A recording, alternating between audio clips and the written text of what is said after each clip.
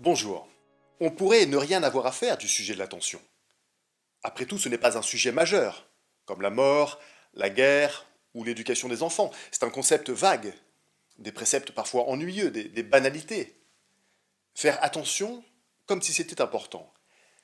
Et pourtant, notre esprit construit sa vision du monde en fonction de ce sur quoi nous portons notre attention. Et, surtout, à la fin de notre vie, ce que l'on aura vécu sera la somme de tout ce à quoi nous aurons porté notre attention, que ce soit volontairement ou pas d'ailleurs. Si nous prenons cela comme une généralité, franchement ça passe. C'est pas si grave. Puis ça concerne surtout les autres, on verra bien demain. Mais si on ramène ça à l'échelle d'une journée, parce que vous, moi et le pape, nous avons tous notre existence rythmée par nos journées.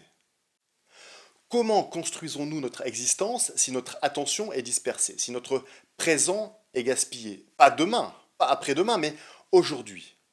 Et à la fin de la journée, comme ce que l'on aura vécu sera la somme de tout ce à quoi nous aurons porté notre attention, mémorable le fil d'actualité de Facebook? Personne ne dit à la fin de la journée, j'aurais aimé passer plus de temps sur Facebook. Pourtant, on le fait tous. Vous vous souvenez du fil d'actualité d'hier, de celui d'avant-hier? Il vous a laissé des souvenirs marquants. Et les 40 reels d'Instagram que vous avez vus récemment, qu'ont-ils gravé dans le sillon de votre mémoire? Et pire, vous ont-ils fait vibrer, vous émouvoir, vous sentir en empathie, vous faire échapper un cri de joie? J'en doute. Pourquoi Étienne, Étienne, Étienne comme titre? Parce que Étienne de la Boétie, dans son traité de la servitude volontaire, explique clairement qu'accuser un oppresseur, dans ce cas un voleur de temps, j'utilise moi-même souvent cette expression pour parler des GAFAM, donc accuser un oppresseur, c'est légitimer son pouvoir. Il serait puissant en nous volant notre attention, grâce aux neurosciences et au fait de nous rendre accros au like, et nous serions les faibles, victimes de ce vol de notre temps. Ce vol de notre temps en l'échange de la gratuité de leur service. Il n'en est rien. Dans cette lutte pour regagner notre attention, parce que de même qu'il y a l'écologie pour contrer ceux qui pillent les ressources naturelles de la planète, qui sont limitées, il doit exister une écologie de l'attention pour lutter contre le pillage de nos ressources attentionnelles, qui sont aussi limitées. Parce que Facebook sait très bien ce qu'il fait.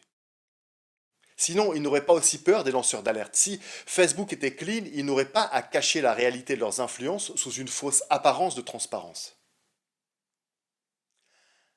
La bonne nouvelle, c'est que cette lutte peut être gagnée de la même manière que celle que préconise Étienne de la Boétie, en disant non.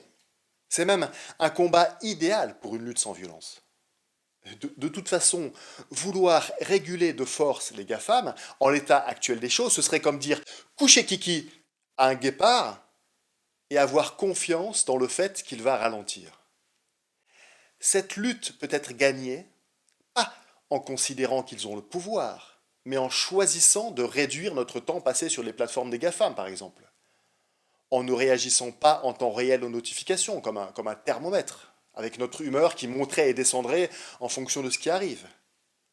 Mais en choisissant quoi regarder, quand le regarder et à quel rythme, plus comme un thermostat qui décide d'une tendance. Et les sujets majeurs alors, la mort, la guerre, l'éducation des enfants? Peut-on lutter contre la mort? Certainement pas. Mais comme l'attention est notre interface entre nous et le monde, plus nous aurons d'attention, plus nous aurons de vie en plus. Peut-on lutter contre la guerre? Oui.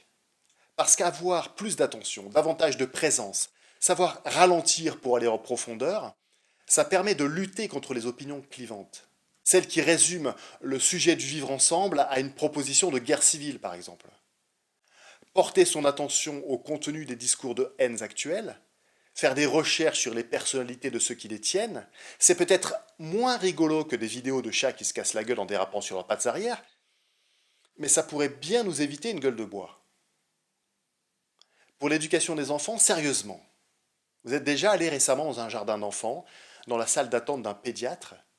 Il y aurait encore beaucoup à faire pour augmenter les contacts visuels entre les parents qui sont sur leur portable et les enfants qui les cherchent des yeux, quand ils ne sont pas devant un écran lumineux de 5 pouces de diagonale eux aussi, au lieu de voir la vie en relief et en grand avec tous leurs sens en éveil.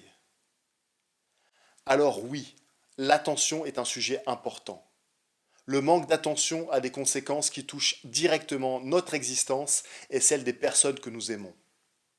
Nous avons une part de responsabilité collective et nous pouvons agir pour faire rentrer plus d'attention dans notre vie.